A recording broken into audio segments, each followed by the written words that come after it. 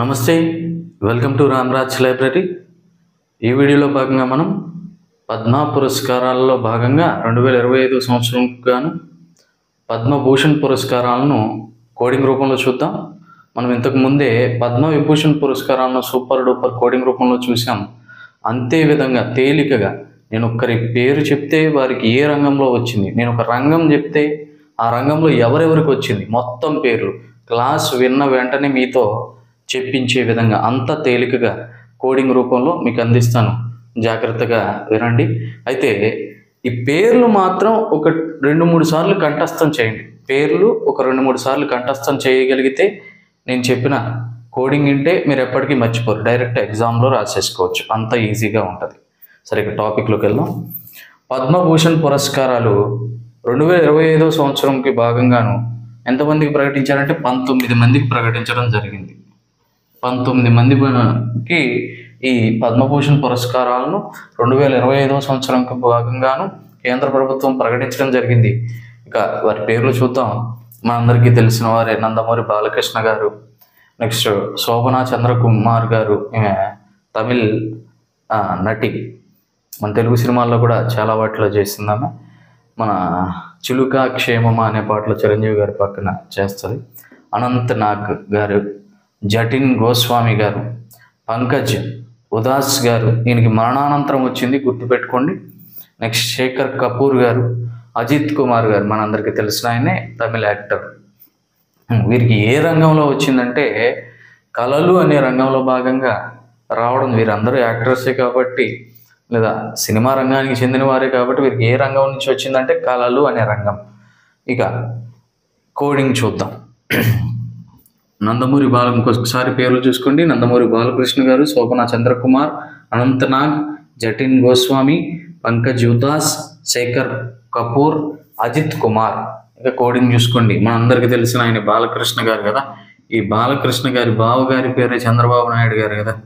ప్రస్తుత ఆంధ్ర రాష్ట్ర ముఖ్యమంత్రి వర్యులు బాలకృష్ణ గారి బావగారి పేరే చంద్రబాబు గారు. ఈ చంద్రబాబు గారిని అందరూ చంద్రన్న అంటుంటారు. ఆయన పథకాలు, ఆయన పెట్టే ప్రభుత్వ పథకాలకు కూడా చంద్రన్న కానుక, చంద్రన్న దీవెన అని పెడుతూ ఉంటారు. బాలకృష్ణ గారి బావగారు చంద్రబాబు గారు, ఆయన పథకాలు లేకపోతే అన్ని చంద్రన్న అంటారు. బాలకృష్ణ గారి బావగారు చంద్రన్న. ఆయన రీసెంట్గా సార్వత్రిక ఎన్నికల్లో విన్ అయ్యాడు. విన్ అంటే మీరు గుర్తుపెట్టుకోండి, జటిన్. విన్ అంటే జటిన్, టిన్. విన్ అంటే మన కోడింగ్లో విన్ అంటే టిన్, జటిన్ గోస్వామి గారు. విన్ అయిన తర్వాత ఆయన ఉదాస్వభావంతో, ఆయన గొప్ప ఉదార స్వభావంతో పూర్గా ఉన్నటువంటి, ఎవరైతే పూర్గా ఉంటారో వారి కుమారులకు సహాయం చేశారు. కోడి ఇంకొకసారి గుర్తు తెచ్చుకోండి. మనకి బాలకృష్ణ గారు గుర్తొస్తే మిగతా అంతా నెట్టుకుపోద్ది. బాలకృష్ణ గారు అంటేనే ఆయన యాక్టర్ కాబట్టి, బాలకృష్ణ గారు ఉన్న కోడ్లో ఉన్నవారు అందరూ ఏ రంగానికి చెందినవారంటే కళలు రంగానికి చెందినవారు. బాలకృష్ణ గారి బావగారే చంద్రబాబు గారు, ఆయన అందరూ చంద్రన్న. ఆయన పథకాలకు కూడా చంద్రన్న కానుక ఇలా ఉంటుంది. బాలకృష్ణ గారి బావగారు చంద్రన్న. ఆయన విన్ అయిన వెంటనే ఉదార స్వభావంతో పూర్గా ఉన్న కుమారులకు ఆర్థిక సహాయం చేశారు. బాలకృష్ణ గారు అంటే నందమూరి బాలకృష్ణ గారు. బావగారు, ఆయన బావగారు చంద్రబాబు గారు అంటే శోభన చంద్రకుమార్ గారు. నెక్స్ట్ అన్న అంటే అనంత్ నాగ్ గారు.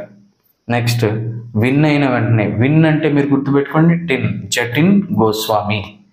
ఏంటి? ఉదార స్వభావం, ఉదాస్ స్వభావం, పంకజ్ ఉదాస్.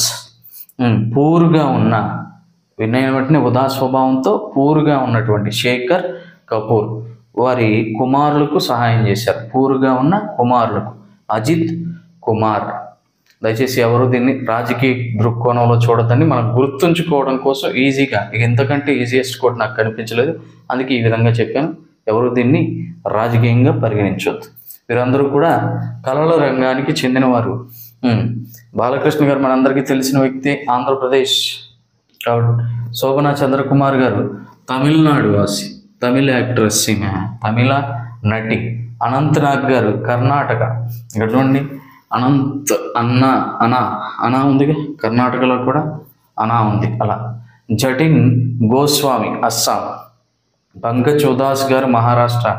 శేఖర్ కపూర్ గారు కూడా మహారాష్ట్ర. అజిత్ కుమార్ గారు మనందరికీ తెలిసిన వ్యక్తే, తమిళనాడుకి చెందిన నటుడు ఈయన. ఇంకొకసారి కోడ్ చూసుకోండి.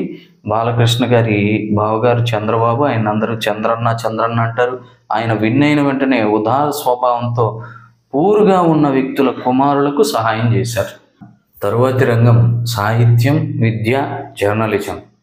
ఈ రంగంలో భాగంగా ముగ్గురికి ఈ పద్మభూషణ్ పురస్కారం రావడం జరిగింది. ఎవరా ముగ్గురు అంటే రామ్ బహదూర్ రాయ్ గారు, సూర్యప్రకాష్ గారు, వివేక్ డెబ్రాయ్ గారు. ఈ రామ్ బహదూర్ రాయ్ గారు ఉత్తరప్రదేశ్కి చెందినవారు, సూర్యప్రకాష్ గారు అయితే కర్ణాటకకి చెందినవారు, వివేక్ డెబ్రాయ్ అయితే ఢిల్లీకి చెందినవారు. వీరి ముగ్గురికి కూడా సాహిత్యం, విద్య, జర్నలిజం అనే రంగంలో భాగంగా ఈ పద్మభూషణ్ పురస్కారం రావడం జరిగింది. ఇక కోట్ చూసుకోండి, ఎలా గుర్తుపెట్టుకుంటారంటే రామభక్తుడు ఎవరు? ఆంజనేయ స్వామి కదా. ఈ రామభక్తుడు అయినటువంటి ఆంజనేయ స్వామి మనకు సాహిత్యంలో, పురాణ సాహిత్యంలో ఏం రాసి ఉంటుంది?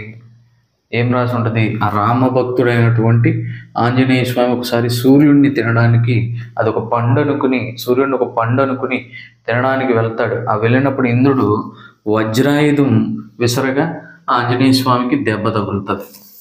ఇక్కడ మనకు పురాణ కాలం నుంచి సాహిత్యంలో పేర్కొనబడిన అంశం ఏంటంటే, రామభక్తుడైనటువంటి ఆంజనేయుడు సూర్యుడిని పండు అనుకుని తినడానికి వెళ్ళినప్పుడు ఇంద్రుడు వజ్రాయుధం విసరగా ఆయనకి దెబ్బ తగిలింది. ఇది కోడ్, ఒకసారి చూసుకోండి. పురాణ కాలం నుంచి మన సాహిత్యంలో, అంటే సాహిత్యం, విద్య, జర్నలిజం అనే రంగంలో భాగంగా రామభక్తుడైనటువంటి హనుమంతుడు రామ్ బహదూర్ రాయ్ సూర్యుడిని పండుకొని తినడానికి వెళ్ళాడు. సూర్యప్రకాష్ వెళ్ళినప్పుడు ఇంద్రుడు వజ్రాయుధం విసరగా ఆంజనేయుడికి దెబ్బ తగిలింది. దెబ్రాయ్. ఇది వారి పేర్లు, వారి ఏ రంగంలో వచ్చిందో. నెక్స్ట్ జోస్ చకో పెరియపురం. ఈయనకి వైద్య రంగంలో భాగంగా పద్మభూషణ్ పురస్కారం రావడం జరిగింది. ఈయన కేరళవాసి. జోస్ చకో పెరియపురం. వైద్య రంగం. మనకి వైద్యం చేసేటప్పుడు ఏం అవసరం అవుతుంది? ఖచ్చితంగా బ్లడ్ అవసరం అవుతుంది కదా. మరి ఎవరైనా బ్లడ్ డొనేట్ చేసిన వెంటనే ఏమి ఇస్తారు? జ్యూస్ ఇస్తారు. వైద్యం చేసేటప్పుడు బ్లడ్ అవసరం అవుతుంది. ఆ బ్లడ్ డొనేట్ చేసిన వెంటనే ఏమి ఇస్తారు? తాగడానికి జ్యూస్ ఇస్తారు. జ్యూస్ అంటే మీరు గుర్తుపెట్టుకోవాల్సింది జోస్ చకో పెరియపురం. వైద్యం చేసినప్పుడు బ్లడ్ అవసరం అవుతుంది కాబట్టి వైద్య రంగంలో భాగంగా ఆ వైద్యం, లేకపోతే వైద్యుడి దగ్గరికి వెళ్ళినప్పుడు రక్తం బాగా ఉండడానికి జ్యూస్ ఎక్కువ తాగు అంటారు కదా, జ్యూస్. వైద్యం, జ్యూస్. జోస్ చకో పెరియపురం. నెక్స్ట్ కైలాష్నాథ్ దీక్షిత్. కైలాష్నాథ్ దీక్షిత్ ఎప్పుడు ఇచ్చే రంగాల్లో కాకుండా వేరొక రంగంలో ఇస్తే దాన్ని ఇతర రంగం అంటాం. ఇంకా ఆర్కియాలజీలో భాగంగా ఇవ్వడం జరిగింది. కైలాష్నాథ్ దీక్షిత్ ఆర్కియాలజీలో భాగంగా ఇవ్వడం జరిగింది. అంటే చరిత్రకారుడు. ఎలా గుర్తుపెట్టుకుంటారంటే, ఎవరైతే వారు చేసే పనిని ఒక దీక్షలాగా చేస్తారో వారే చరిత్ర సృష్టించగలరు అని గుర్తుంచుకోండి.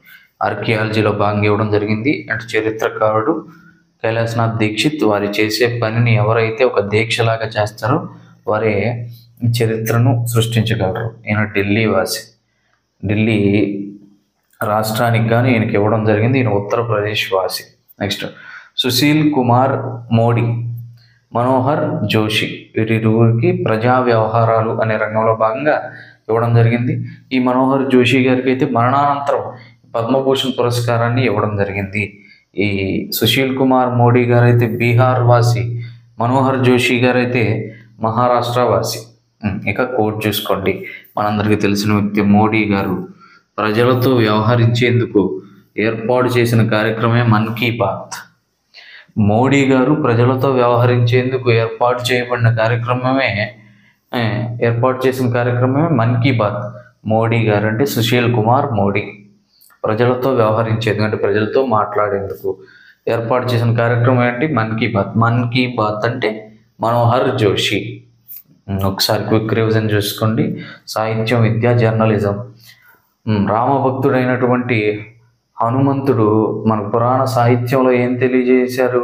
రామభక్తుడైనటువంటి హనుమంతుడు సూర్యుడిని పండు అనుకుని తినడానికి వెళ్తే ఇంద్రుడు వజ్రాయుధం విసరగా ఆయనకి దెబ్బ తగిలింది.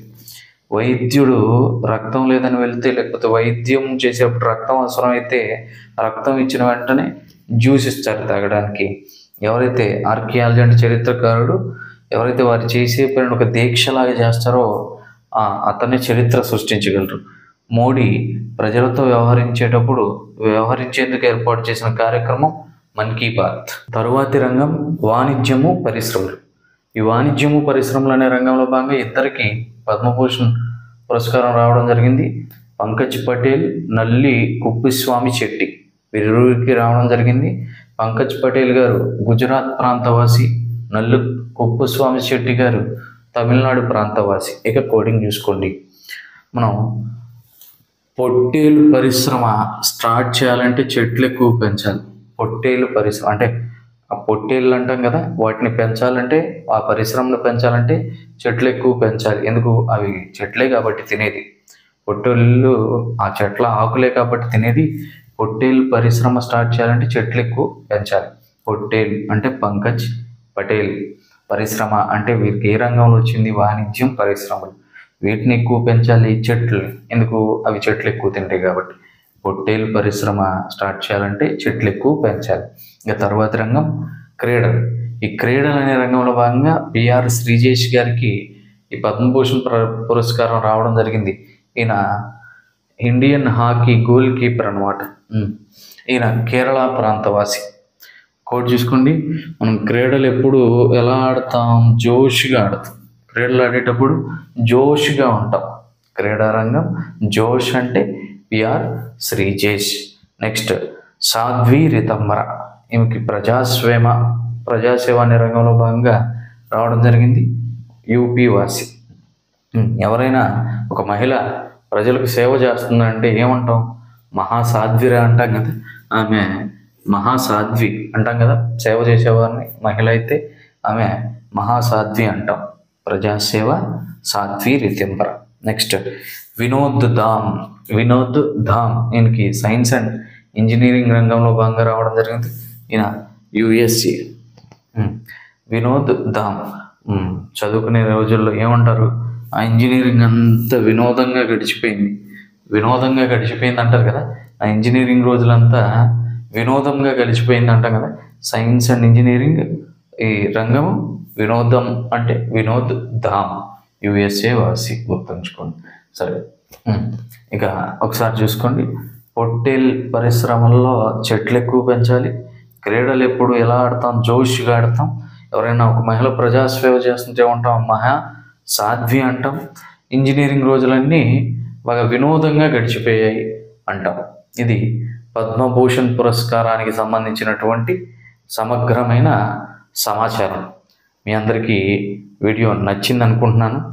మీకు వీడియో కనుక నచ్చితే ఖచ్చితంగా అందరూ లైక్ చేయండి, కామెంట్ చేయండి, మీ ఫ్రెండ్స్కి షేర్ చేయండి. ఇంకా మన ఛానల్ని సబ్స్క్రైబ్ చేసుకునే వారు ఉంటే సబ్స్క్రైబ్ చేసుకోండి. నేను మీకు మరిన్ని వీడియోస్ ఇంతే సింపుల్గా కోడింగ్ రూపంలో అందిస్తాను. మీకు ఏ వీడియో కావాలనుకుంటున్నారో కామెంట్ చేయండి. జై హింద్.